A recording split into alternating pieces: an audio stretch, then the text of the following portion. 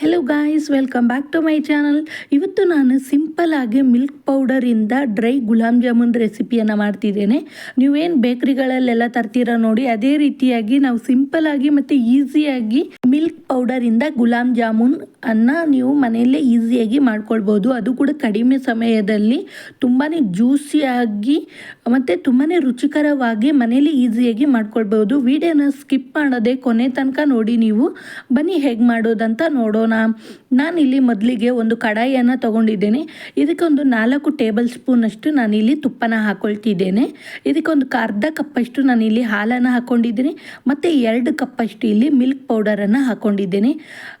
ಇದನ್ನು ಹಾಕಿದ ನಂತರ ಚೆನ್ನಾಗಿ ಇಲ್ಲಿ ಮಿಕ್ಸ್ ಮಾಡ್ಕೊಳ್ಬೇಕು. ಗಂಟುಗಳು ಇಲ್ಲದಾಗೆ ಚೆನ್ನಾಗಿ ಇದನ್ನು ಮಿಕ್ಸ್ ಮಾಡಿ ತಗೊಳ್ಬೇಕು. ಇಲ್ಲಿ ಹಾಲು ಕಮ್ಮಿ ಆದರೆ ನೀವು ಮತ್ತೆ ಹಾಕ್ಕೊಳ್ಬೋದು. ನಾನು ಮೊದಲಿಗೆ ಒಂದು ಅರ್ಧ ಕಪ್ಪಷ್ಟು ಸೇರಿಸಿದ್ದೇನೆ. ನಂತರ ಇನ್ನೊಂದು ಅರ್ಧ ಕಪ್ಪಷ್ಟು ಇಲ್ಲಿ ಹಾಲನ್ನು ತಗೊಂಡಿದ್ದೇನೆ. ಇದನ್ನು ಸ್ವಲ್ಪನೇ ಹಾಕ್ತಾ ಇಲ್ಲಿ ಗಂಟುಗಳಿಲ್ಲದಾಗೆ ನಾನು ಇಲ್ಲಿ ಕಲಿಸಿ ತಗೊಂಡಿದ್ದೇನೆ. ಇವಾಗ ಇದನ್ನು ಗ್ಯಾಸ್ ಮೇಲೆ ಇಟ್ಟು ನಾನು ಇದನ್ನು ಚೆನ್ನಾಗಿ ಕೋವಾನ ರೆಡಿ ಮಾಡಿ ತಗೊಳ್ತೇನೆ. ಗಂಟುಗಳೆಲ್ಲ ಇಲ್ಲದಾಗೆ ನಾವು ಮೊದಲೇ ರೆಡಿ ಮಾಡಿ ತಗೊಳ್ಬೇಕು. ಗ್ಯಾಸ್ ಮೇಲೆ ಇಟ್ಟ ನಂತರ ಇದು ಗಂಟುಗಳಾಗುತ್ತೆ. ಅದಕ್ಕೋಸ್ಕರ ನಾವು ಮೊದಲೇ ಚೆನ್ನಾಗಿ ಮಿಕ್ಸ್ ಮಾಡಿ ತಗೊಂಡ್ರೆ ಮತ್ತೆ ಮಾಡಲಿಕ್ಕೆ ಈಸಿ ಆಗುತ್ತೆ. ನೋಡಿ, ಇವಾಗ ಇದನ್ನು ಚೆನ್ನಾಗಿ ಗ್ಯಾಸ್ ಮೇಲೆ ಲೋ ಟು ಮೀಡಿಯಂ ಫ್ಲೇಮಲ್ಲಿ ಇಟ್ಕೊಂಡ್ಬಿಟ್ಟು ಒಂದು 5-6 ನಿಮಿಷ ಇದನ್ನು ಚೆನ್ನಾಗಿ ಇಲ್ಲಿ ಫ್ರೈ ಮಾಡಿ ತಗೊಂಡಿದ್ದೇನೆ. ಇವಾಗ ಇದು ಕೋವಾ ರೆಡಿ ಆಗ್ತಾ ಬರ್ತಾ ಇದೆ ನೋಡಿ. ಇವಾಗ ನಾನು ಗ್ಯಾಸನ್ನು ಆಫ್ ಮಾಡಿಬಿಟ್ಟು ಒಂದು ಪ್ಲೇಟಿಗೆ ಹಾಕೊಂಡ್ಬಿಟ್ಟು ಇದನ್ನು ತಣ್ಣಗಾಗಲಿಕ್ಕೆ ಬಿಡ್ತೇನೆ.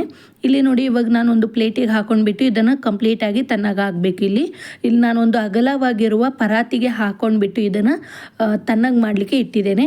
ಇವಾಗ ಇದನ್ನು ಸ್ಪ್ಯಾಚುಲದಿಂದ, ಇದು ಗಂಟುಗಳ ಥರ ಇರುತ್ತಲ್ವ, ಇದನ್ನು ಚೆನ್ನಾಗಿ ಒಡ್ಕೊಳ್ಬೇಕು. ಇವಾಗ ನೋಡಿ, ನಾನು ಇದನ್ನು ಚೆನ್ನಾಗಿ ಒಡ್ಕೊಳ್ತಿದ್ದೇನೆ. ಈ ಕೋವಾನ ನೀವು ರೆಡಿ ಮಾಡಿಕೊಂಡ್ರೆ ನೀವು ತುಂಬ ಹಲವಾರು ಸ್ವೀಟ್ಗಳನ್ನು ಮಾಡ್ಕೊಳ್ಬೋದು ಈ ಕೋವಾದಿಂದ. ಇವಾಗ ನೋಡಿ, ಇದನ್ನು ಚೆನ್ನಾಗಿ ಒಡ್ಕೊಂಡ ನಂತರ ಇದಕ್ಕೊಂದು 1/4 ಕಪ್ಪಷ್ಟು ನಾನು ಇಲ್ಲಿ ಮೈದಾ ಹಿಟ್ಟನ್ನು ಸೇರಿಸ್ತಿದ್ದೇನೆ. 1/4 ಕಪ್ ಅಂತ ಹೇಳಿದರೆ ಒಂದು 4 ಟೇಬಲ್ ಸ್ಪೂನಷ್ಟು ಮೈದಾ ಹಿಟ್ಟಿದೆ. ನಂತರ ಇದಕ್ಕೇ ಒಂದು ಅರ್ಧ ಟೀ ಸ್ಪೂನಷ್ಟು ಇಲ್ಲಿ ಅಡಿಗೆ ಸೋಡಾ ಅದನ್ನು ಹಾಕ್ಕೊಂಡ್ಬಿಟ್ಟು ಚೆನ್ನಾಗಿ ಇಲ್ಲಿ ಒಮ್ಮೆ ಮಿಕ್ಸ್ ಮಾಡ್ಕೊಳ್ತಿದ್ದೆ. ನೋಡಿ, ಅಡಿಗೆ ಸೋಡಾ ಹಾಕಲೇಬೇಕು, ಆವಾಗ ಮಾತ್ರ ಇದು ಚೆನ್ನಾಗಿ ಉಬ್ಬಿ ಬರುತ್ತೆ. ನೋಡಿ, ಇವಾಗ ಚೆನ್ನಾಗಿ ಒಮ್ಮೆ ಕೈಯಿಂದ ಇದನ್ನು ಮಿಕ್ಸ್ ಮಾಡ್ಕೊಂಡಿದ್ದೇನೆ. ನಂತರ ಇಲ್ಲಿ ಒಂದು 1/4 ಕಪ್ಪಷ್ಟು ಇಲ್ಲಿ ಹಾಲನ್ನು ತೊಗೊಂಡಿದ್ದೇನೆ. ಹಾಲನ್ನು ಸ್ವಲ್ಪನೇ ಹಾಕ್ಕೊಳ್ತಾ ಇದನ್ನು ಸಾಫ್ಟಾಗಿ ಹಿಟ್ಟನ್ನು ರೆಡಿ ಮಾಡ್ಕೊಳ್ಬೇಕು. ಒಂದೇ ಸಾರಿ ನೀವು ಎಲ್ಲ ಹಾಲನ್ನು ಹಾಕ್ಕೊಳ್ಬೇಡಿ. ತುಂಬ ಸಾಫ್ಟ್ ಆದರೆ ಅಷ್ಟು ಚೆನ್ನಾಗಿ ಬರೋದಿಲ್ಲ. ಒಂದು ಮೀಡಿಯಮ್ ಸಾಫ್ಟಾಗಿ ಕಲಿಸ್ಕೊಳ್ಬೇಕು. ಚಪಾತಿ ಹಿಟ್ಟಿನ ಅದಕ್ಕೆ ನಾವಿಲ್ಲಿ ಕಲಿಸ್ಕೊಂಡ್ರೆ ಆಯಿತು. ತುಂಬ ಒತ್ತಿ ಕಲಿಸೋದು ಬೇಡ. ಸ್ವಲ್ಪನೇ ಹಾಲನ್ನು ಹಾಕ್ತಾ ಸಾಫ್ಟಾಗಿ ಇಲ್ಲಿ ಹಿಟ್ಟನ್ನು ರೆಡಿ ಮಾಡ್ಕೊಳ್ಬೇಕು. ನೋಡಿ, ಈ ರೀತಿಯಾಗಿ ನಾನು ಸಾಫ್ಟಾಗಿ ಹಿಟ್ಟನ್ನು ರೆಡಿ ಮಾಡ್ಕೊಂಡಿದ್ದೇನೆ. ಇದನ್ನೊಂದು 10 ನಿಮಿಷ ಹಾಗೆಯೇ ಮುಚ್ಚಿಡೋಣ. ಅಷ್ಟರಲ್ಲಿ ನಾವಿಲ್ಲಿ ಸಕ್ಕರೆ ಪಾಕನ ರೆಡಿ ಮಾಡ್ಕೊಂಡು ಬರೋಣ. ನಾನು ಇಲ್ಲಿ ಒಂದು ಕಡಾಯಿಗೆ 1.5 ಕಪ್ಪಷ್ಟು ಸಕ್ಕರೆನ ಹಾಕ್ಕೊಂಡಿದ್ದೇನೆ. ಅದಕ್ಕೇ ನಾನಿಲ್ಲಿ 1.5 ಕಪ್ಪಷ್ಟು ನೀರನ್ನು ಹಾಕ್ಕೊಳ್ತಿದ್ದೇನೆ. ಇದು ನಾವು ಡ್ರೈ ಗುಲಾಬ್ ಜಾಮೂನ್ ಮಾಡ್ತಿರೋ ಕಾರಣ ಸಕ್ಕರೆನ ಸ್ವಲ್ಪ ಕಡಿಮೆನೇ ಸೇರಿಸ್ಕೊಂಡಿದ್ದೇನೆ. ನಾನಿಲ್ಲಿ ಪಾಕನ ಕಡಿಮೆ ಮಾಡ್ತಿದ್ದೇನೆ. ನೀವು ನಾರ್ಮಲಾಗಿ ಗುಲಾಬ್ ಜಾಮೂನ್ ಮಾಡ್ತಿದ್ರೆ 2 ಕಪ್ ಸಕ್ಕರೆ 2 ಕಪ್ಪಷ್ಟು ನೀರು ಕೂಡ ಹಾಕ್ಕೊಳ್ಬೋದು. ನಂತರ ಇದಕ್ಕೆ ಸ್ವಲ್ಪ ಕೇಸರನ್ನು ಹಾಕ್ಕೊಂಡಿದ್ದೇನೆ.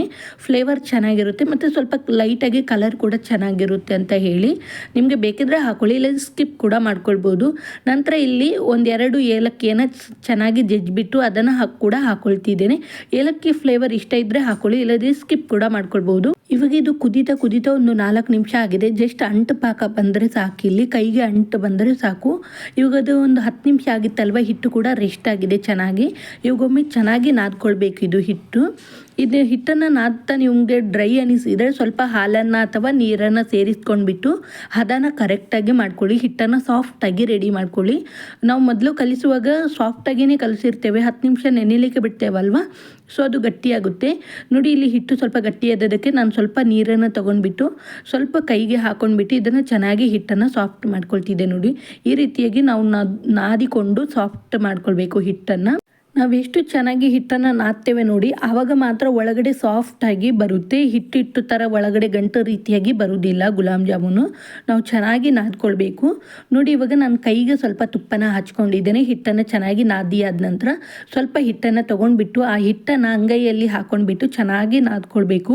ಪ್ರತಿ ಸಾರಿ ಉಂಡೆನ ಮಾಡ್ಕೊಳ್ಳುವಾಗ ಸ್ವಲ್ಪನೇ ಹಿಟ್ಟನ್ನು ತಗೊಂಡ ನಂತರ ಚೆನ್ನಾಗಿ ಒಂದು 2 ಸತಿ ಹಿಟ್ಟನ್ನು ಅಂಗೈಯಲ್ಲಿ ಹಾಕೊಂಡ್ಬಿಟ್ಟು ನಾದ್ಕೊಂಡು ಈ ರೀತಿಯಾಗಿ ರೌಂಡಾಗಿ ಬಾಲನ್ನು ಮಾಡ್ಕೊಳ್ಬೇಕು. ನಿಮ್ಗೆ ಯಾವ ಸೈಜಿಗೆ ಬೇಕು ನೋಡಿ ಆ ಸೈಜಿಗೆ ಮಾಡ್ಕೊಳ್ಳಿ. ನಾನು ಇಲ್ಲಿ ಮೀಡಿಯಂ ಸೈಜಿಗೆ ಚಿಕ್ಕ ಉಂಡೆನ ಮಾಡ್ಕೊಂಡಿದ್ದೇನೆ. ನೀವಿಲ್ಲಿ ಉಂಡೆನ ಮಾಡುವಾಗ ಚೆನ್ನಾಗಿ ರೌಂಡಾಗಿ ಕ್ರ್ಯಾಕ್ ಇಲ್ಲದೆ ಉಂಡೆನ ಮಾಡ್ಕೊಳ್ಬೇಕು. ಆವಾಗ ಮಾತ್ರ ಚೆನ್ನಾಗಿರುತ್ತೆ ಒಡೆಯದೆ. ನೋಡಿ ಇವಾಗ ನಾನು ಎಲ್ಲ ಉಂಡೆನೂ ಕೂಡ ಕ್ರ್ಯಾಕ್ ಇಲ್ಲದೆ ಮಾಡ್ಕೊಂಡಿದ್ದೀನಿ. ಇವಾಗ ಎಣ್ಣೆನ ಕೂಡ ನಾನು ಇಲ್ಲಿ ಬಿಸಿ ಮಾಡ್ಲಿಕ್ಕೆ ಇಟ್ಟಿದ್ದೆ. ಗ್ಯಾಸನ್ನು ಮೀಡಿಯಂ ಫ್ಲೇಮಲ್ಲಿ ಇಟ್ಕೊಂಡ್ಬಿಟ್ಟು ಎಣ್ಣೆನ ಬಿಸಿ ಮಾಡ್ಲಿಕ್ಕೆ ಇಟ್ಟಿದ್ದೆ. ಎಣ್ಣೆ ಒಮ್ಮೆ ಚೆನ್ನಾಗಿ ಬಿಸಿಯಾದ ನಂತರ ಗ್ಯಾಸನ್ನು ಮೀಡಿಯಂ ಫ್ಲೇಮಲ್ಲಿ ಇಟ್ಕೊಂಡ್ಬಿಟ್ಟು ಅದರಲ್ಲಿ ಉಂಡೆಗಳನ್ನೆಲ್ಲ ಹಾಕೊಳ್ತಾ ಇರಬೇಕು. ಹಾಕಿದ ನಂತರ ನೀವು ಇಲ್ಲಿ ತಿರುಗಿಸ್ಲಿಕ್ಕೆ ಹೋಗಬೇಡಿ, ಅಂದರೆ ಸೌಟನ್ನು ಹಾಕೊಳ್ಬೇಡಿ. ಆ ಕಡಾಯಿಯನ್ನೇ ಸ್ವಲ್ಪ ಈ ರೀತಿ ಅಲ್ಲಾಡಿಸಿ, ಇಲ್ಲಿದ್ರೆ ಮೊದಲಿಗೆ ಹಾಕ್ತಾ ಇರೋದೆಲ್ಲ ಕಪ್ಪಾಗಿ ಹೋಗುತ್ತೆ. ಅದಕ್ಕೋಸ್ಕರ ಗ್ಯಾಸನ್ನು ಇಲ್ಲಿ ನೀವು ಮೀಡಿಯಂ ಫ್ಲೇಮಲ್ಲಿ ಇಟ್ಕೊಂಡ್ಬಿಟ್ಟೆ ಚೆನ್ನಾಗಿ ಇದು ಫ್ರೈ ಆಗಬೇಕು, ಒಳಗಡೆ ತನಕ ಫ್ರೈ ಆಗಬೇಕಲ್ವ. ಅದಕ್ಕೋಸ್ಕರ ಚೆನ್ನಾಗಿ ಇಲ್ಲಿ ಫ್ರೈ ಮಾಡ್ಕೊಳ್ಬೇಕು. ನಾವು ಹೈ ಫ್ಲೇಮಲ್ಲಿ ಇಟ್ಕೊಂಡ್ಬಿಟ್ಟು ಫ್ರೈ ಮಾಡಿಕೊಂಡ್ರೆ ಒಳಗಡೆ ಗಂಟು ಹಾಗೇ ಇರುತ್ತೆ, ಚೆನ್ನಾಗಿ ಫ್ರೈ ಆಗಿರೋದಿಲ್ಲ. ನೋಡಿ ಈ ರೀತಿ ಗೋಲ್ಡನ್ ಕಲರ್ ಬಂದ ನಂತರ ಇದನ್ನು ತೆಗೆದು ಸಕ್ಕರೆ ಪಾಕಕ್ಕೆ ಹಾಕೊಳ್ಳೋಣ. ನಾನಿಲ್ಲಿ ಇದೇ ರೀತಿ ನಿಮಗೆ ಇನ್ನೊಂದು ಬ್ಯಾಚ್ ಕೂಡ ಮಾಡಿ ತೋರಿಸ್ತೇನೆ ನೋಡಿ. ಇದು ಹಾಲಿನ ಪೌಡರಿಂದ ಮಾಡಿರೋದು. ನೋಡಿ ಹಾಕಿದ ಕೂಡಲೇ ನಾವಿಲ್ಲಿ ಸ್ವಲ್ಪ ಕಡಾಯಿಯನ್ನು ಅಳ್ಳಾಡಿಸಬೇಕು. ಅಳ್ಳಾಡಿಸ್ಲಿಲ್ಲ ಆದರೆ ನೋಡಿ ಈ ರೀತಿಯಾಗಿ ಕಪ್ಪಾಗಿ ಆಗುತ್ತೆ ನೋಡಿ ಈ ರೀತಿಯಾಗಿ. ಅದಕ್ಕೋಸ್ಕರ ಮೊದಲು ಹಾಕಿರ್ತೇವಲ್ವ ಅದನ್ನೆಲ್ಲ ಸ್ವಲ್ಪ ಕಡಾಯಿಯನ್ನು ಈ ರೀತಿಯಾಗಿ ರೌಂಡಾಗಿ ಶೇಕ್ ಮಾಡಬೇಕು, ಅಂದರೆ ತಿರುಗಿಸಬೇಕು. ಆವಾಗ ಈವನ್ ಆಗಿ ಎಲ್ಲ ಕಡೆ ಕೂಡ ಕಲರ್ ಬರುತ್ತೆ. ನೋಡಿ ಈ ರೀತಿಯಾಗಿ ಇದನ್ನು ಕೂಡ ನಾನು ಫ್ರೈ ಮಾಡಿಬಿಟ್ಟು ತಗೊಳ್ತೀನಿ. ಇವಾಗ ನೋಡಿ ಫಸ್ಟ್ ಮಾಡಿರೋ ಬ್ಯಾಚನ್ನು ನಾವಿಲ್ಲಿ ಸಕ್ಕರೆ ಪಾಕಕ್ಕೆ ಹಾಕ್ಕೊಳ್ಬೇಕು. ಇದು ಫಸ್ಟ್ ಮಾಡಿರೋದಲ್ವ, ನಾವು ಇದನ್ನು ಸಕ್ಕರೆ ಉಗುರು ಬಿಸಿಯಾಗಿರಬೇಕಿಲ್ಲಿ. ತಣ್ಣಗಾದರೆ ನೀವು ಸಕ್ಕರೆ ಪಾಕನ ಒಮ್ಮೆ ಬಿಸಿ ಮಾಡ್ಕೊಳ್ಳಿ. ನಂತರ ಇದು ಸೆಕೆಂಡ್ ಬ್ಯಾಚ್ ಫ್ರೈ ಮಾಡ್ಕೊಂಡಿದ್ವಿ ಅಲ್ವಾ, ಅದನ್ನು ಕೂಡ ಹಾಕ್ಕೊಳ್ತಿದ್ದೇನೆ. ಹಾಕೊಂಡ ನಂತರ ಇದನ್ನು ಕೂಡ ಒಮ್ಮೆ ಚೆನ್ನಾಗಿ ಮಿಕ್ಸ್ ಮಾಡ್ಕೊಳ್ಬೇಕು. ಮೊದಲು ಹಾಕಿರೋದು ಮತ್ತು ಸೆಕೆಂಡ್ ಟೈಮ್ ಹಾಕಿರೋದು ಕೂಡ ಇದನ್ನು ಚೆನ್ನಾಗಿ ಒಮ್ಮೆ ಮಿಕ್ಸ್ ಮಾಡ್ಕೊಂಡ ನಂತರ ಸಕ್ಕರೆ ಪಾಕ ಎಲ್ಲದಕ್ಕೂ ಹಿಡಿಯೋ ಹಾಗೆ ಮಿಕ್ಸ್ ಮಾಡಿಕೊಂಡು ಇದನ್ನು ಮುಚ್ಚಿ 1 ಗಂಟೆಯಷ್ಟು ನಾನು ಹಾಗೇ ಬಿಟ್ಟು ಬಿಡ್ತೇನೆ. ನೋಡಿ ಇವಾಗ 1 ಗಂಟೆ ಆಗಿದೆ. ಸಕ್ಕರೆ ಪಾಕ ಎಲ್ಲವೂ ಕೂಡ ಚೆನ್ನಾಗಿ ಹೀರ್ಕೊಂಡ್ಬಿಟ್ಟು ದೊಡ್ಡದಾಗಿದೆ ನೋಡಿ. ಇವಾಗ ಈ ರೀತಿಯಾಗಿ ನೋಡಿ ಯಾವ ರೀತಿ ಕಾಣ್ತಿದೆ ಅಂತ ಹೇಳಿ. ನೀವು ಡ್ರೈ ಗುಲಾಬ್ ಜಾಮೂನ್ ಮಾಡೋದಿಲ್ಲ ಅಂತ ಹೇಳಿದರೆ ಇದೇ ರೀತಿ ಕೂಡ ಇಟ್ಕೊಳ್ಬೋದು. ನಾನು ಇವಾಗ ಕಡಾಯಿಂದ ಒಂದು 10ರಿಂದ 12 ಪೀಸ್ ತೆಗೆದಿಟ್ಕೊಂಡಿದ್ದೇನೆ ಒಂದು ಪ್ಲೇಟಿಗೆ. ಇಲ್ಲಿ ನಾನು ಒಂದು ಅರ್ಧ ಕಪ್ಪಷ್ಟು ಡೆಸಿಕೇಟೆಡ್ ಕೊಕೊನಟ್ ಪೌಡರನ್ನು ತೊಗೊಂಡಿದ್ದೇನೆ. ಈ ಗುಲಾಬ್ ಜಾಮೂನ 1 ಪೀಸನ್ನು ತೊಗೊಂಡ್ಬಿಟ್ಟು ಆ ಕೊಕೊನಟ್ ಪೌಡರಲ್ಲಿ ಈ ರೀತಿಯಾಗಿ ಹೊರಳಾಡಿಸಿ ಈ ರೀತಿ ಸರ್ವ್ ಮಾಡಿಕೊಂಡ್ರೆ ಆಯಿತು. ಇದೇ ರೀತಿ ನೋಡಿ ನಾನು ನಿಮಗೆ ಇನ್ನೊಂದು ಕೂಡ ಮಾಡಿ ತೋರಿಸ್ತಿದ್ದೇನೆ. ಒಂದು ಗುಲಾಬ್ ಜಾಮೂನ್ನ ತೊಗೊಂಡ್ಬಿಟ್ಟು ಈ ಡೆಸಿಕೇಟೆಡ್ ಕೊಕೊನಟ್ ಪೌಡರಲ್ಲಿ ಈ ರೀತಿ ಹೊರಳಾಡಿಸಿ ತೊಗೊಂಡ್ರೆ ಆಯಿತು. ನೀವು ಬೇಕರಿಗಳಲ್ಲೆಲ್ಲ ತೊಗೊಂಡು ಬರ್ತೀರೋ ನೋಡಿ ಡ್ರೈ ಗುಲಾಬ್ ಜಾಮೂನ್, ಅದಕ್ಕಿಂತಲೂ ರುಚಿಯಾಗಿ ನಾವು ಮನೆಯಲ್ಲೇ ಮಾಡ್ಕೊಳ್ಬೋದು. ಮಿಲ್ಕ್ ಪೌಡರ್ ಒಂದಿದ್ದರೆ ಸಾಕು, ನೀವು ಹೊರಗಡೆಯಿಂದ ಗುಲಾಬ್ ಜಾಮೂನ್ ಪೌಡರ್ ಕೂಡ ತರೋದು ಬೇಡ. ನೋಡಿ ನಿಮಗೆ ಕಟ್ ಮಾಡಿ ಕೂಡ ತೋರಿಸ್ತಿದ್ದೇನೆ ಎಷ್ಟೊಂದು ಜ್ಯೂಸಿಯಾಗಿ ಎಷ್ಟೊಂದು ಸಾಫ್ಟಾಗಿದೆ ಅಂತ ಹೇಳಿ. ಫ್ರೆಂಡ್ಸ್, ನಿಮಗೇನಾದರೂ ನನ್ನ ವಿಡಿಯೋ ಇಷ್ಟವಾದಲ್ಲಿ ಪ್ಲೀಸ್ ನನ್ನ ವಿಡಿಯೋಗೆ ಲೈಕ್ ಮಾಡಿ, ನಿಮ್ಮ ಫ್ಯಾಮಿಲಿ ಆ್ಯಂಡ್ ಫ್ರೆಂಡ್ಸ್ಗಳಿಗೆ ನನ್ನ ವಿಡಿಯೋನ ಶೇರ್ ಮಾಡಿ. ಪ್ಲೀಸ್ ನನಗೆ ಸಪೋರ್ಟ್ ಮಾಡಿ. ತಪ್ಪದೇ ನಿಮ್ಮ ಅನಿಸಿಕೆಯನ್ನು ನನಗೆ ಕಮೆಂಟ್ ಮೂಲಕ ತಿಳಿಸಿ. Thank you. ಸಿಗೋಣ ಇನ್ನೂ ಒಂದು ಒಳ್ಳೆಯ ರೆಸಿಪಿ ಒಟ್ಟಿಗೆ.